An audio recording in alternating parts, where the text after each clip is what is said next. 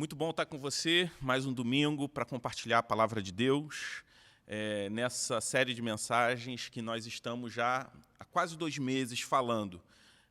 Estamos falando sobre o livro de Tito, essa série expositiva, nessa carta que Paulo escreve a esse pastor que está ali na ilha de Creta, liderando a igreja de Cristo que foi plantada naquele local, naquelas cidades, né, que faziam parte daquela ilha. E nós estamos falando sobre a vida em missão. A igreja em Creta é fruto de uma vida em missão, fruto da obra missionária dos cristãos do primeiro século, sob a liderança do apóstolo Paulo, obedecendo ao mandato, à grande comissão de ir pregar o evangelho. A pregação do evangelho sempre vai resultar no surgimento de novas comunidades de fé. Como nós falamos na semana passada, a fé ela é individual, mas ela não é privada. Todos nós exercitamos e colocamos em prática a salvação através da comunidade dos santos que se reúne, que nós conhecemos como igreja. E a vida em missão, essa é uma realidade da vida cristã. A vida em missão é uma realidade para a minha vida e para a sua vida, que fomos alcançados pela graça de Deus. É sobre isso que nós estamos estudando, dedicando praticamente esses 2 meses nessa carta, nesse livro tão rico da palavra de Deus. Viver em missão está relacionado, antes de tudo, a quem nós somos. Nós vimos isso na semana passada. Quem nós somos em Cristo, o que Deus fez por nós. Quais são as implicações, quais são os indicativos do Evangelho? A obra redentora de Jesus Cristo na cruz para nos salvar. Deus nos amando quando nós éramos seus inimigos. Isso traz para nós uma nova identidade. Então, a vida em missão, antes de tudo, é a nossa identidade em Cristo. Mas é óbvio que a vida em missão não se limita só a quem nós somos, mas também ao que nós fazemos. E o que nós fazemos deve ser sempre resultado de quem nós somos em Cristo Jesus. Nós não fazemos para sermos aceitos por Deus, mas fazemos porque já fomos aceitos por Ele. Já nos tornamos filhos, temos uma nova identidade. A Bíblia sempre vai apontar para uma incoerência entre aprender e não praticar. Então, quando aprendemos sobre a palavra de Deus, automaticamente nos tornamos praticantes dela. Aqueles que de fato são filhos de Deus devem viver dessa forma. O que nós fazemos em missão está relacionado ao nosso trabalho enquanto igreja, a nossa relação com os nossos irmãos em Cristo, com a nossa igreja local, mas também o que nós fazemos enquanto família, como nós vivemos, a nossa ética pessoal, um viver santo, a nossa relação com os nossos prazeres carnais, nós falamos um pouco sobre isso na semana passada, mas também a vida em missão tem implicações não só na minha vida comunitária, enquanto igreja, na minha vida em família, enquanto pai, enquanto marido, enquanto filho, mas também a minha ética pessoal, a minha relação comigo mesmo, mas também a nossa vida em sociedade. Olhando para todas essas relações e as implicações do Evangelho, os imperativos do Evangelho para todas essas áreas, nós vemos que Deus estabeleceu um princípio para organizar a vida como um todo, e é o princípio da autoridade. A nossa relação com qualquer tipo de autoridade sempre será complicada. E por quê? Porque, na verdade, todos nós queremos ser os nossos próprios senhores. Quando nós estamos em uma posição de autoridade, essa relação também tem sua complexidade, porque todos nós somos tentados pelo ídolo do poder. Todos nós somos tentados a liderar a serviço de nós mesmos, liderar para o nosso próprio benefício.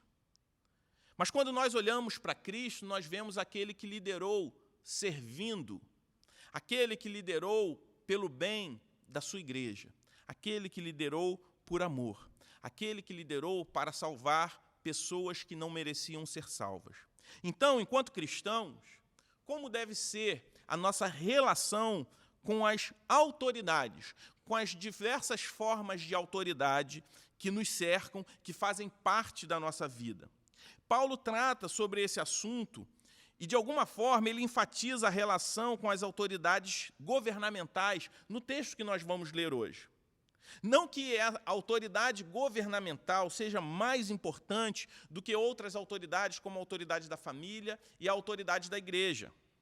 Mas, em alguns aspectos, temos muitas dificuldades com a autoridade governamental, sobretudo em países como o nosso, como o Brasil, onde nós vemos um sistema político tão corrompido, com tantos desafios e com tantos problemas, seja em qual espectro ideológico for. Nós vemos um sistema político no Brasil muito corrompido. A despeito de qualquer ideologia, nós vemos vários mecanismos, vários sistemas que já estão corrompidos, fruto de anos e anos de uma má compreensão da política ou de um mau uso da política.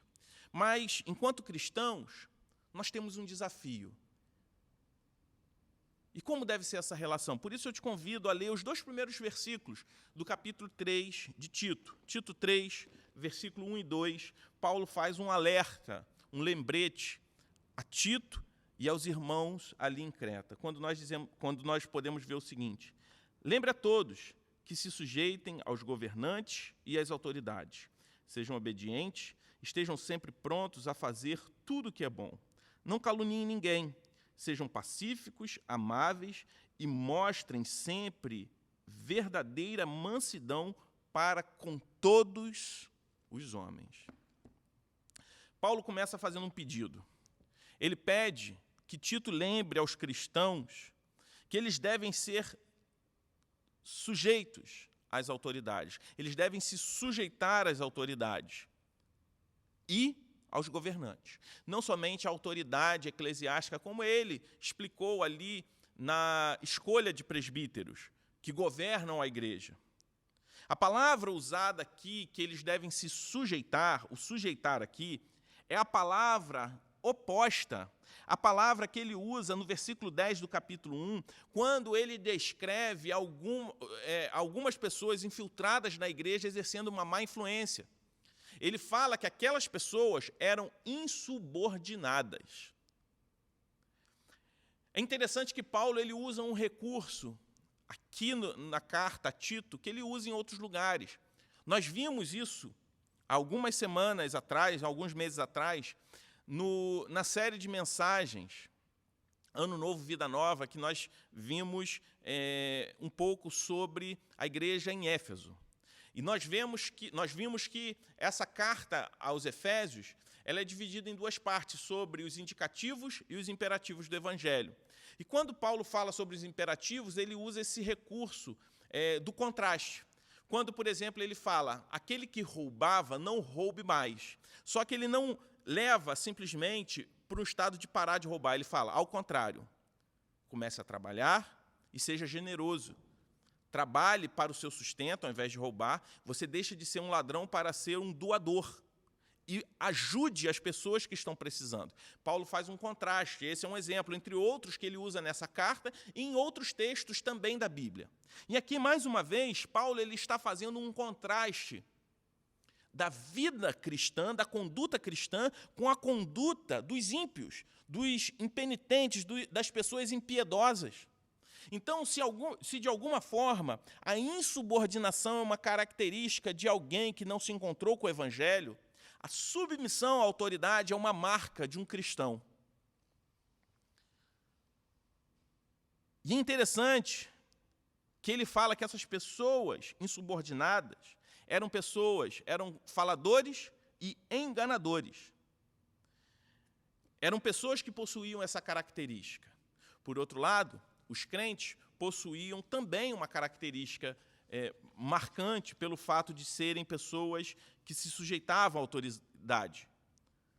Ele fala sobre autoridades e governantes. Ele diz que essas pessoas, os cristãos, nós nos sujeitamos com mansidão, com amabilidade, sendo pacífico e sendo pessoas que não são caluniadoras, pessoas maledicentes, pessoas que saem difamando, proferindo palavras negativas a respeito dos seus líderes. E é interessante que Paulo ele não coloca uma condição para que não haja difamação. Ele não fala o seguinte, não difame, a não ser que ele mereça. Não tem isso. Ele fala, não difame ninguém. Faça o bem a todos. Outro princípio que nós vemos é que quando a palavra de Deus fala sobre as autoridades, seja governamental, autoridade civil, né, familiar ou eclesiástica, nós vemos que não faz parte do plano de Deus para a vida em sociedade a anarquia, a ausência completa de autoridade. Olhando para a Bíblia, nós vemos que Deus estabelece claramente como deve ser a autoridade, sobretudo familiar, a autoridade eclesiástica, mas a palavra de Deus também aponta para princípios para essa autoridade civil do governo. Como cristãos protestantes, reformados que somos, entendemos o conceito de graça comum e que as autoridades, principalmente a autoridade familiar, a autoridade governamental e também a autoridade eclesiástica, são bênçãos de Deus para a sociedade e para a igreja, sendo a autoridade civil um aspecto da graça comum de Deus, Deus repartindo bondade, justiça, misericórdia para com todos os homens, não somente para com os crentes, quando ele estabelece o princípio da autoridade civil. Só que nós temos uma dificuldade enorme com a palavra sujeição, se submeter, porque o pecado faz com que a gente queira ser o nosso próprio Senhor. Da mesma forma que somos tentados a exercer uma autoridade tirana e abusiva, porque, de alguma forma, nós temos o poder como um ídolo e queremos exercer a autoridade para o nosso próprio benefício. Queremos não liderar para servir a outros, mas liderar para que outros nos sirvam, para que outros sirvam aos nossos próprios interesses. Deus estabelece um plano sobre isso. E nesse texto, o foco que Paulo dá, embora ele fala sobre autoridade de forma genérica, ele cita especificamente os governantes. E ele fala num contexto em Creta que era difícil para os ouvintes, porque a autoridade civil ali não era exatamente o melhor exemplo de um bom governo, de uma autoridade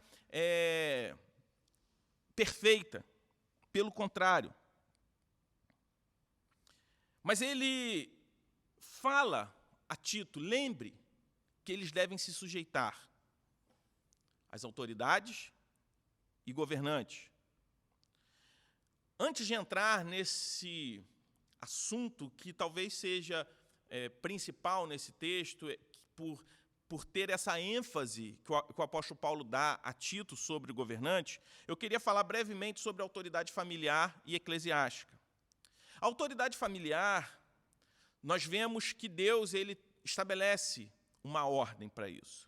Vivemos em um tempo onde a família ela é desconstruída enquanto instituição. O que difere a família, por exemplo, de uma amizade?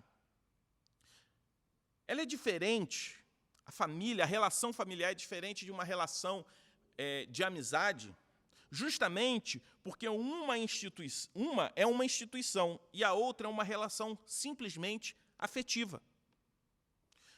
O Estado, por exemplo, não tem interesse em legislar sobre a sua amizade, mas sim sobre a sua família. Qual é a sua relação, por exemplo, com o seu animalzinho de estimação, com o seu pet? Uma relação afetiva. Por isso, o seu pet não é o seu filho, embora muitas pessoas tratem o animal de estimação, o pet, como se fosse filho. Por quê? Justamente porque vivemos em um tempo onde as pessoas estão reduzindo a relação familiar a simplesmente uma relação afetiva, mas é muito mais do que isso. A relação familiar é uma relação pactual. A família é uma instituição. Tanto que quando você adota um filho, ele passa a ser seu filho de fato. Ele passa a ser seu herdeiro. O Estado reconhece você como pai, você, mulher, como mãe daquela criança, e aquela criança passa a ser seu herdeiro, assim como Deus fez conosco nos adotando, e passamos a ser co-herdeiro com Cristo, que é o Filho unigênito de Deus. Tanto que Deus estabelece uma relação. Como nós vemos, inclusive, eu citei a carta de Paulo aos Efésios. Ele fala, maridos, amem sacrificialmente a sua esposa, apontando para o amor sacrificial de Cristo pela sua igreja. E fala, mulheres, esposas, sujeitem em amor a esse marido que daria vida por você. Pais, não irritem, não aborreçam os seus filhos. Filhos, submetam-se, sejam obedientes aos seus pais. Essa relação altruísta, onde cada um faz uma parte, mas onde Deus estabelece, de fato, uma ordem relacional dentro da família, porque a família é uma instituição criada por Deus. A família não é simplesmente uma relação afetiva entre duas pessoas, mas é uma instituição. Da mesma forma, Deus estabelece a autoridade eclesiástica, como nós vimos nessa série, algumas semanas atrás, quando ele fala da tarefa de Tito na escolha de presbíteros para governar a igreja e também na escolha de auxiliares, dos diáconos, que vão servir apoiando o ministério dos presbíteros, dos pastores da igreja. Paulo fala claramente que esses são aqueles que governam a igreja de Deus. Repare, essa autoridade é delegada por Deus a esses homens, porque ele fala que esses homens precisam estar aptos para governar não a sua própria igreja, mas para governar a igreja de Deus. Eles estão liderando algo que não é deles, eles estão liderando algo que é do Senhor. A Bíblia fala muitas vezes que nós somos dispenseiros. Nós cuidamos de um patrimônio que não é nosso e vamos prestar contas disso. Quando nós delegamos o cuidado de algo que é nosso a alguém, nós esperamos que essa pessoa cuide como nós cuidaríamos. Quando você delega o cuidado de algo que é propriedade sua a alguém, você estabelece as regras e a forma como aquilo precisa ser cuidado. Logo, tratar a igreja como sua, estabelecer os seus próprios critérios, é pegar esse governo, essa autoridade que não é sua e usurpar. Querer tratar como seu algo que é de Deus. Por exemplo, quando você tem um imóvel e você precisa sair desse imóvel e alugar esse imóvel, você estabelece num contrato de locação algumas regras, alguns limites para o inquilino, onde ele não pode extrapolar algumas regras, justamente porque aquele imóvel, embora ele esteja pagando para ficar lá, e é uma relação diferente porque ele está pagando para fazer uso, ainda assim você estabelece limites de uso daquele imóvel. Ainda mais quando você empresta algo, quando você delega algo. A autoridade eclesiástica é algo que vem do Senhor. A igreja é do Senhor. Se a responsabilidade da liderança é exercer esse governo com zelo, amor e fidelidade, por outro lado, é papel de todo cristão se submeter em amor a essa liderança. A liderança que possui essas características que Deus ele dá através da sua palavra de como deve ser a autoridade eclesiástica. Os líderes que Deus dá à igreja são presentes de Deus para a comunidade. Por isso, ame, respeite, submeta em amor aqueles que são zelosos com a igreja de Cristo e se sujeitam a Cristo e a sua palavra nas qualificações, nos critérios que Deus estabeleceu para eles. E nós vemos agora a autoridade civil, governamental, que é a ênfase que Paulo dá nesses dois versículos. Paulo fala especificamente sobre essa autoridade do governo. O mesmo Paulo fala mais sobre esse tema no capítulo 13 de Romanos, quando ele chama a autoridade civil de ministros da graça comum, para promover o bem e punir o mal, para fazer justiça a todas as pessoas. A autoridade civil, ela não está a serviço de uma religião, a autoridade civil não está a serviço da igreja, mas ela é ministra de Deus para o bem comum. Crentes e descrentes, religiosos e não religiosos. É Deus repartindo bondade, justiça e misericórdia com todos os homens, com a sociedade, até mesmo aqueles que o rejeitam como Deus. As pessoas que ocupam esse cargo estão ali para promover o bem social e punir o mal. E o que a Bíblia diz é que o cristão deve temer essa autoridade, inclusive, quando o cristão não tem uma conduta condizente com a fé que ele professa. Em Romanos 13, o apóstolo Paulo ele vai falar que não há autoridade que não seja constituída por Deus. E, infelizmente, muitos crentes usam esse texto de forma errada para querer projetar em autoridades humanas, temporais, uma autoridade absoluta a esses homens. Mas o que o texto está falando é que toda autoridade, seja ela familiar, eclesiástica ou governamental, foi instituída por Deus. A posição, a relação a partir dessas autoridades foi algo que Deus estabeleceu para que as coisas funcionassem dessa forma. Então, nós vemos aqui que Deus dá parâmetros de liderança nessas três esferas. E quando nós vemos governantes tiranos, autoritários, sacerdotes corruptos, como nós temos visto ultimamente, infelizmente, no nosso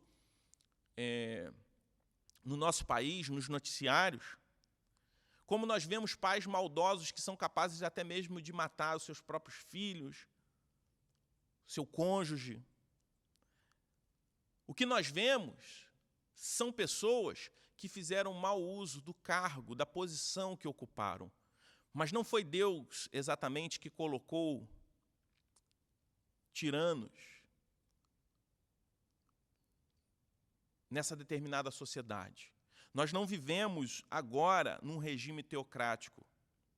Até porque, quando isso acontecia, esses governos não eram absolutos.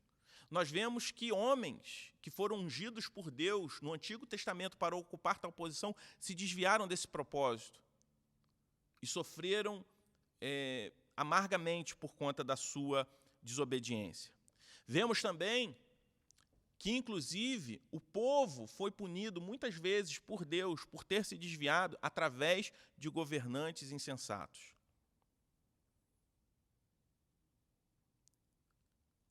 Um pai, quando faz mal ao seu filho, o marido, quando faz mal à sua esposa, ele está usurpando, ele está fazendo mau uso de uma autoridade conferida por Deus, mas ele não está fazendo o mal em nome de Deus.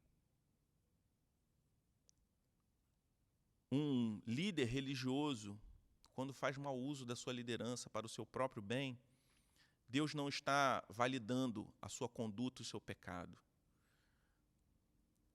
Essa pessoa que está fazendo mau uso com a autoridade que lhe foi conferida. Por isso, eu gostaria de pontuar alguns princípios, especificamente sobre a autoridade civil e a nossa relação enquanto cristãos com essa autoridade. Primeiro, que Deus é a fonte de toda autoridade. E sendo Deus a fonte de toda autoridade, quem exerce autoridade, a exerce porque Deus delegou a autoridade civil a homens. Deus delega essa autoridade para que a bondade e a justiça seja promovida a todos os homens, como nós falamos, e não a um grupo específico, sejam maiorias ou minorias, mas para trazer justiça e bondade para todos, independente do seu credo. Essa é a autoridade civil. Para que esse mesmo governo também promova a segurança, punindo a maldade, contendo a criminalidade e o mal presente na sociedade por conta do pecado. Governante nenhum vai conseguir eliminar o mal da terra. Essa expectativa escatológica. Somente após a volta de Cristo nós vamos experimentar isso na totalidade. Mas para que essa sociedade não acabe, para que a humanidade não se autodestrua, Deus estabeleceu esse princípio e delegou a autoridade civil para conter a maldade, mas não para acabar com a maldade, porque isso é impossível a homens. Mas é interessante que nós observamos que desde a criação Deus se relaciona com o povo através de pactos, através de alianças. Inclusive, o governo teocrático do Antigo Testamento fazia parte dessa aliança que Deus estabeleceu com o seu povo. Mas quando nós olhamos para a cruz de Cristo, nós vemos uma nova aliança sendo estabelecida. E isso traz, inclusive, implicações políticas. A democracia republicana presente no mundo ocidental tem uma forte influência da reforma protestante, desse movimento de retorno às Escrituras, que nós somos filho, que nós somos fruto, diante de um sistema existente que reivindicava um poder absoluto vindo de Deus. Só que a morte de Cristo, ela traz uma nova dimensão. E o retorno às Escrituras, inclusive, o retorno às Escrituras através da reforma, inclusive, traz essa perspectiva política. E o desvio que a sociedade estava se submetendo, através de uma junção de igreja e Estado que nada tinha a ver com o plano de Deus para o seu povo na nova aliança. A morte de Cristo não foi simplesmente um evento político, como muitas pessoas gostam de projetar. Cristo morreu, se entregou de forma voluntária para ser o nosso substituto na cruz. Cristo fez isso para que ele sofresse a minha e a sua punição. Cristo foi o único que mereceu a vida eterna. E nós somos merecedores do castigo. Se Cristo foi castigado em nosso lugar, logo nós seremos recompensados em seu lugar. Esse é o propósito da cruz. Mas, se por um lado há um extremo que tenta simplesmente reduzir a crucificação a um evento político, não podemos cair no outro extremo que ignora aspectos políticos da cruz, que de fato houveram. O Império Romano executava pessoas de várias formas, não somente através da crucificação, mas a morte na cruz havia um elemento de publicidade, que somente morriam daquela forma aquelas pessoas que se colocavam completamente contra o Império, que era uma grande ameaça ao Império. E o Império executava essas pessoas de forma pública, de forma espetaculosa, na cruz, pregava uma placa em cima dessa pessoa, para que todos vissem e temessem o Império. E o Império também demonstrava publicamente que ela tinha o poder sobre a vida das pessoas. E por isso, o Império levava à morte de forma pública aqueles que se levantavam contra ele. A morte na cruz apontava para um governo que se declarava absoluto, que declarava que o seu reinado era absoluto sobre a vida das pessoas. Mas no caso de Jesus ele vence a morte. Ele vence a morte na sua ressurreição. A ressurreição é a evidência pública que anula qualquer tentativa de poder temporal absoluto. Jesus venceu a morte publicamente. Então, ao longo da história, nos diversos regimes que já existiram, os cristãos são aqueles que servem à sociedade, testemunhando o caráter santo de Deus publicamente. Por isso, em Cristo, nenhuma autoridade é mais absoluta, nenhuma autoridade política, nenhuma autoridade civil é absoluta. E todos nós somos livres para apoiar um político. Por isso, existe a democracia, a liberdade do voto. Mas em Cristo você é livre também para criticar, inclusive, quem você votou. Você não é escravo de quem você votou nas últimas eleições.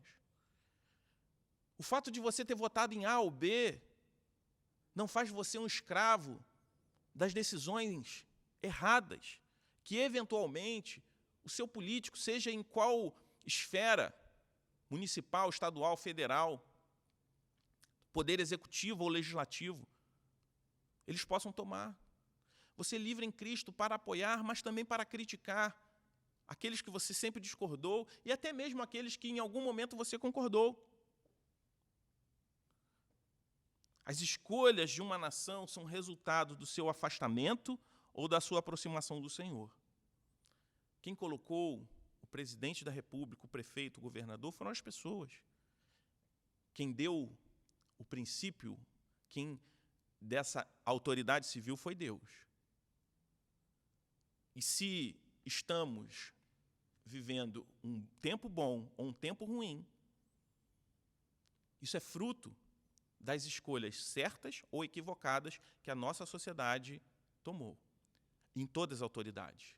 No poder, inclusive no poder judiciário, que nós não escolhemos diretamente, mas são indicações dos políticos que nós votamos.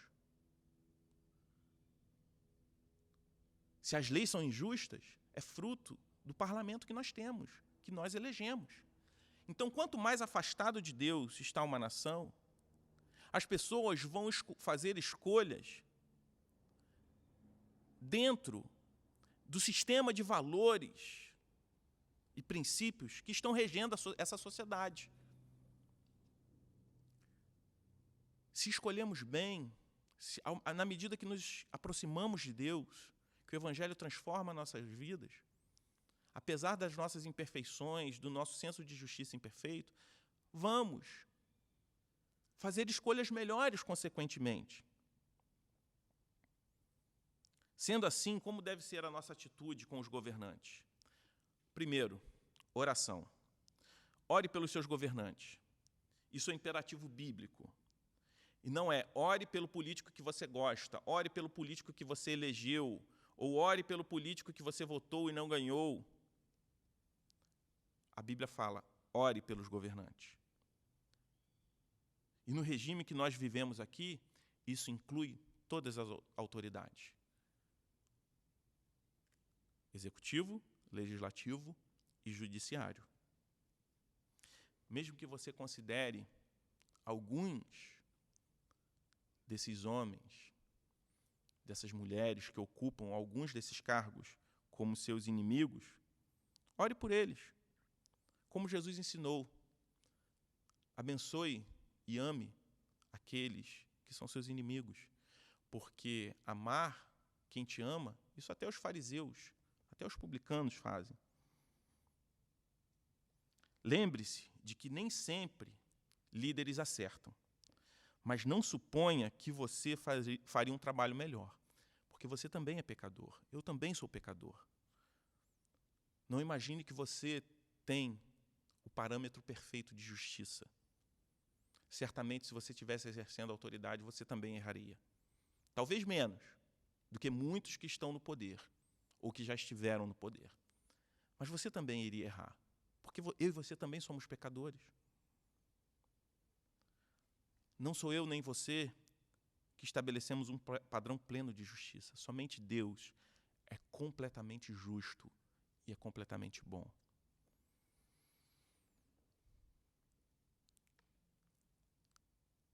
Ore e seja crítico. Não faça do seu político um ídolo. Lembre-se que criticar é diferente de caluniar. Paulo ele faz esse alerta. Não calunie ninguém. É possível ser crítico, como a Bíblia nos diz no texto que nós lemos, e ser manso. Ser crítico e ser manso ao mesmo tempo. Afinal de contas, mansidão é fruto do Espírito. Tem como ser crítico e ser amável, como Paulo diz aqui. Tem como ser crítico e ser pacífico. Infelizmente, nós estamos num país onde uma oposição raivosa, violenta, que faz uso de qualquer tipo de notícia, não se preocupando em saber se é verdade ou não, a perseguição se tornou virtude. A injustiça de um governante não pode ser pretexto para que a gente dê ocasião à carne. Recentemente, uma jovem mulher, ela ganhou muita proporção em fazer atos em frente ao Poder Judiciário, com rojões, fazendo vídeo ameaçando pessoas. Eu não estou querendo dizer se esses juízes estão certos ou errados, não estou fazendo juízo de valor sobre a conduta desses homens, mas ameaçando a casa, os familiares, até mesmo os funcionários de um determinado juiz da Suprema Corte. Não é esse tipo de oposição que a Bíblia nos orienta. Não é esse tipo de oposição que deve partir de crentes, não é esse tipo de crítica. E nós só conseguimos fazer isso se a gente entender o terceiro princípio, a nossa terceira atitude diante dos governantes: a oração, a crítica e, em terceiro, lembre-se do Evangelho. As pessoas são salvas por causa do que Cristo fez na cruz, por causa da sua vida perfeita, morte e ressurreição, e não por conta de quem elas votaram. Você não vai ser salvo por ter votado em político A ou B. Não é isso que vai te garantir a vida eterna. Você será salvo por crer no Evangelho. E o nosso senso de justiça é falho. Nem sempre o político que nós escolhemos é o melhor político. Nem sempre o político que o seu irmão votou seria a melhor opção. Afinal de contas, não existe político nenhum perfeito, não existe ideologia nenhuma que compreenda os valores do Evangelho em sua totalidade. Logo, o seu irmão, que talvez você critique por ter feito uma escolha que você não faria, fez essas escolhas, mas não abraçou determinadas questões que você considera inaceitáveis. E, da mesma forma, ele enxerga na sua escolha motivos ou razões que para ele também são inaceitáveis. É impossível entender que um político abraça todos os ideais do Evangelho. É possível que alguém vote em um político sem abraçar todos os ideais desse político. Mas o que salvou você e seu irmão, que talvez tenham votado em políticos diferentes, não foi o político que vocês votaram, mas o Cristo, que amou vocês, independente do espectro político que vocês são simpatizantes. Ou seria o seu critério mais rigoroso do que o critério de Cristo para amar vocês? A sua comunhão com a Igreja de Cristo ela é eterna e absoluta. Mas o governo político ele é temporal e não é absoluto. Por isso, se lembrar do Evangelho faz com que a gente não crie expectativas absolutas em governos temporais. Essas expectativas são escatológicas e não terrenas. O que isso significa? Que um dia o governo de Cristo vai se estabelecer sobre o seu povo de forma plena, onde não haverá mais injustiça, não haverá mais corrupção, não haverá mais violência, e, de fato, Cristo vai voltar para acabar com todo o mal. Mas, enquanto nós vivemos aqui, é dessa forma que Deus espera que a gente viva. Somente o Evangelho pode nos salvar, nos garantir esse futuro onde teremos todas essas expectativas cumpridas, mas também a mensagem que conta do rei que reina de forma absoluta e ainda assim se esvaziou de toda a sua majestade para ser o servo sofredor de Deus. O maior exemplo de sujeição é o próprio Cristo que morreu, que se submeteu à vontade do Pai para que hoje nós fôssemos corpo de Cristo, fôssemos família de Deus, fôssemos um povo de propriedade exclusiva do nosso Deus. Somente o Evangelho pode nos livrar da idolatria política, da idolatria do poder e também da idolatria pela rejeição a qualquer tipo de submissão. Portanto, o único rei que reina absoluto é o Senhor. E esse rei que reina absoluto se submeteu e estabeleceu autoridade para que a gente submeta. E quando isso é feito de forma bíblica, piedosa, tanto aqueles que são autoridade e aqueles que submetem, obedecem à palavra de Deus, obedecem a Deus, é a garantia que Deus nos dá para que tudo vá bem, apesar de muitos percalços, mas para que tudo vá bem, até que o seu Filho volte para nos buscar. E aí sim, vivermos eternamente, livre de qualquer tipo de injustiça, livre de qualquer tipo de problema. Vamos orar? Pai querido, nós te agradecemos, Senhor Deus, pela tua palavra.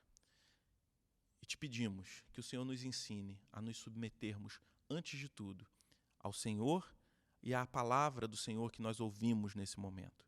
Que sejamos obedientes, Senhor Deus, a Ti. Entendendo que o Senhor se revelou a nós através das Sagradas Escrituras.